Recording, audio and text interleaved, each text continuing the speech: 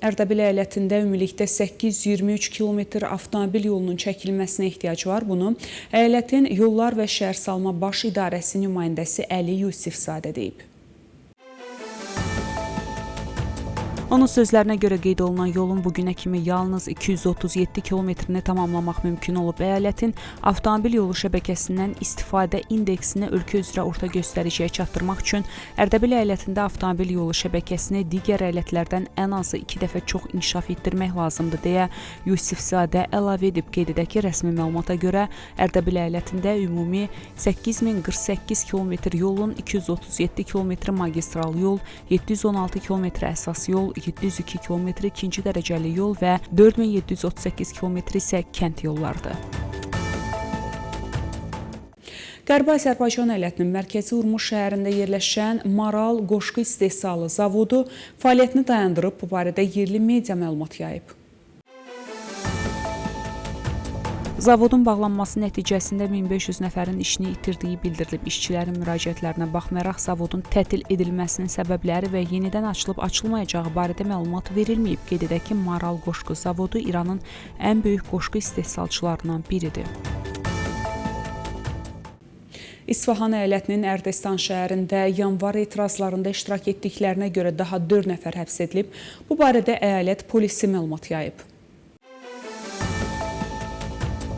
Saxlananların ittihamı hara aparıldıqları və kimliyi barədə açıqlama verilməyib. İnsan haqları təşkilatları İran hökumətinin atəşkəs vəziyyətindən istifadə edərək müxaliflərə qarşı yeni repressiya dalğasını başlatdığı barədə xəbərdarlıq ediblər. Bugün səhər saatlarında Mehdi Fərid adlı məhbus İsrailə casusluq ittihamına görə edam edilib. Bu barədə İran məhkəmə sisteminə bağlı Mizan saytı məlumat yayıb. İranın Atom Enerjisi Təşkilatının keçmiş əməkdaşı olan Mehdi Fərid 2022-ci ilin qışında təhlükəsizlik qüvvələri tərəfindən həbs edilmişdi. O, əvvəlcə Tehran İnqilab Məhkəməsinin 26-cı şöbəsi tərəfindən 10 il həbs cəzasına məhkum edilsə də, bir müddət sonra İnqilab Məhkəməsinin 23-cü bölməsində başqa bir məhkəmə prosesindən sonra İsrailə casusluq ittihamına görə edam cəzasına məhkum edilmişdi. Mizan saytının məlumatına görə bu hökm Ali Məhkəmə tərəfindən təsdiqləndikdən sonra icra edilib.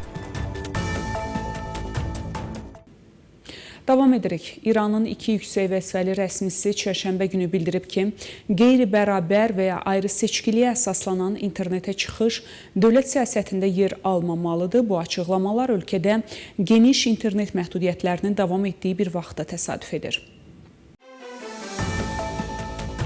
Hazırda İranın böyük hissəsində qlobal internetə çıxış ciddi şəkildə məhdudlaşdırılıb və ictimaiyyət üçün beynəlxalq şəbəkələrə giriş hələ də çətin olaraq qalır. Vitse-prezident Məhəmməd Rıza Arif bildirib ki, internetə bərabər çıxış cəmiyyətin bütün təbəqələri üçün təmin olunmalıdır və sinif əsaslı internet hökumətin ədalət yönümlü yanaşması ilə uyğun deyil. O qeyd edib ki, internetə çıxışda hər hansı məhdudiyyət və ya ayrı seçkili rəqəmsal imkanlara çıxışda fərqləri daha da artıracaq və bundan qaçınmaq lazımdır. Rabitə naziri Səttar Haşimi də sinif əsaslı internetin və ağ-siyahı əsasında çıxışın siyasət formalaşdırılmada yeri olmadığını vurğulayıb.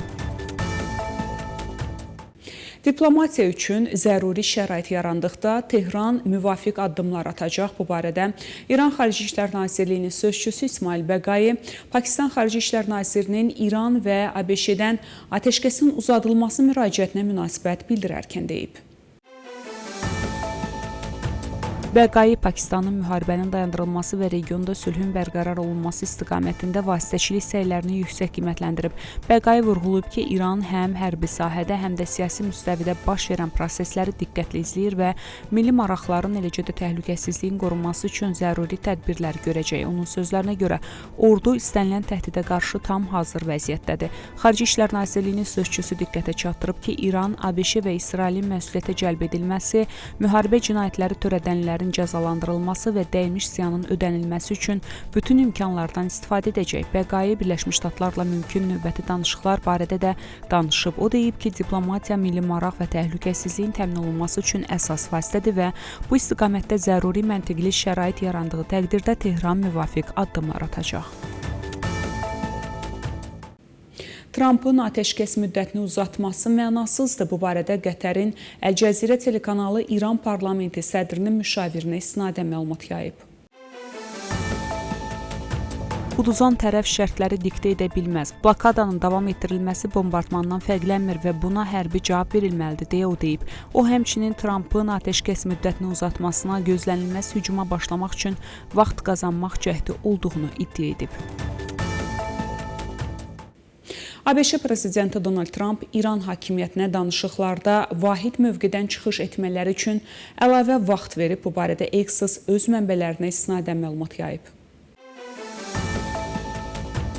Trump İranlıların vahid mövqeyə gəlməsi üçün onlara daha 3-5 gün vaxt verməyə hazırdır, lakin bu qeyri-müəyyən müddətli olmayacaq deyə mənbə bildirib. Məlumatda qeyd olunur ki, ABŞ vasitəçiləri hələ də müharibənin dayandırılması və İranın nüvə proqramı ilə bağlı məsələnin həlli ilə bağlı razılaşmanın mümkün olduğunu düşünürlər. ABŞ Maliyyə Nazirliyi İrana qarşı sanksiya siyahılarını genişləndirib. Bu barədə sözügedən qurumun xarici aktivlərə nəzarət idarəsinin məlumatında deyilir. Sənədə əsasən məhdudiyyətlər 8 İran vətəndaşına, həmçinin İslam Respublikası və Birləşmiş Ərəb Əmirliyindən olan 4 şirkətə, eləcə də Mahan Air aviaşirkətinin 2 Boeing 777-200R təyyarəsinə şamil edilir. ABŞ hərbi qüvvələri son həftələrdə Səudiyyə Ərəbistanındakı mühüm aviabazada Ukraynaya məxsus antidron texnologiyasını tətbiq edib. Bu barədə məsələdən məlumatlı 5 mənbə Reuters agentliyinə bildirib. Mənbələrin sözlərinə görə yerləşdirilən sistem Ukraynanın Sky Map adlı komanda idarəetmə platformasını əhatə edir və o, Prince Sultan hava bazasında quraşdırılıb. Bu sistem Ukrayna ordusu tərəfindən daxil olan pilotsuz uçuş aparatlarını, o cümlədən İran istehsalı şahid dronlarını aşkar etmək və onlara qarşı qarşılayıcı dronlar vasitəsilə cavab vermək üçün istifadə olunur. Beynəlxalq Atom Enerjisi Agentliyinin iştirakı olmadığı təqdirdə ABŞ və İran arasında mümkün razılaşma yalnız razılaşma illüziyası olacaq. Bunu qurumun baş direktoru Rafael Grossi bildirib.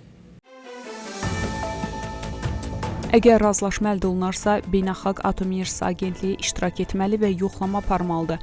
Əks halda bu razılaşma deyil, razılaşma illüziyasına çevriləcək. Müfəttişlər əldə edilən razılaşmalara riayət olunmasını yoxlamaq üçün orada olmalıdırlar, deyə Grossi jurnalistlərə bildirib. Davam edirik. Türkiyə son illərdə müdafiə sənayesində inqilab edib. Bunu NATO-nun baş katibi Mark Rutte Türkiyəyə səfəri zamanı deyib. O, NATO-nun İrandan Türkiyəyə atılmış 4 raketi zərərsizləşdirdiyini xatırladıb. Rutte, alyansın gələcəkdə də bu cür hallara hazır olduğunu bildirib. NATO, Türkiyə və digər müttəfiqləri qorumağa davam edəcək deyə Rutte əlavə edib.